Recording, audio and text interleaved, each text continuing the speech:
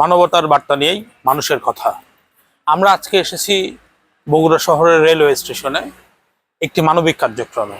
আমরা এসেছি হিরণবালা ফাউন্ডেশনের উদ্যোগে সেহরি এবং ইফতারের আয়োজন করা হয়। আমরা আজ এই মধ্যরাতে স্টেশনে এসে দেখছি যে প্রায় 50 জন মানুষের খাবার নিয়ে তারা এসেছেন, তারা খাওয়াবেন।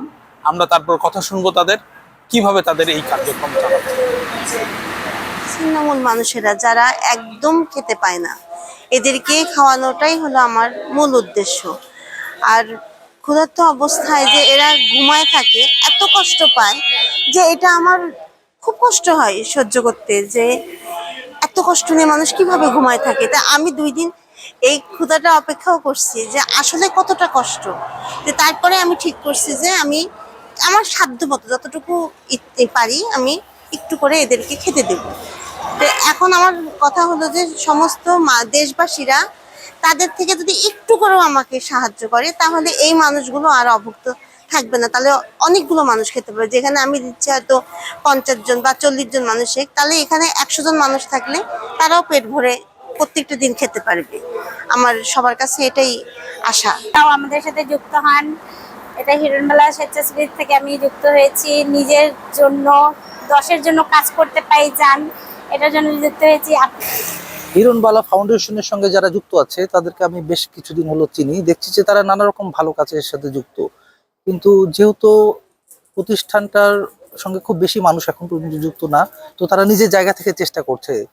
উদাহরণ হিসেবে আমি বলতে পারি যে ওরা কিছু মানুষকে ইফতার করাইছে। আজকে দেখতে পাচ্ছেন যে ওরা সেহরির মতো একটা কঠিন কাজ করছে এই রেল স্টেশনের মতো একটা নীরব জায়গায় এসে, যেখানে হয়তো যারা রাতে থাকতো তারা খাবার পাচ্ছে না, তাদের মুখেও তারা খাবার তুলে দিচ্ছে। এটার খুব ভালো উদ্যোগ ও আমি নিজেও এদের পাশে আছি এবং আশা করব যে সমাজে যারা বিত্তবান তারাও এই প্রতিষ্ঠান সংগঠনের পাশে দাঁড়াবেন।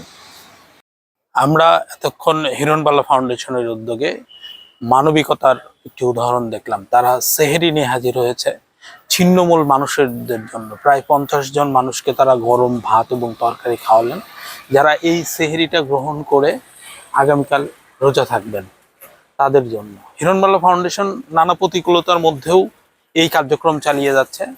তাদের দাবি, তাদের পাশে যদি এসে সমাজের বিত্তবান মানুষজন এগিয়ে আসে বা বড় কোনো সংগঠন এগিয়ে আসে তাদের পাশে, তাহলে তারা এই কার্যক্রমটাকে আরো প্রসারিত করতে পারবে। 50 থেকে 100 হতে পারে, 200 হতে পারে।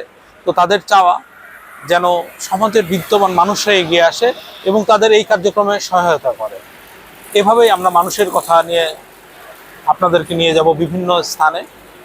আজকের মতো এখানে, ধন্যবাদ।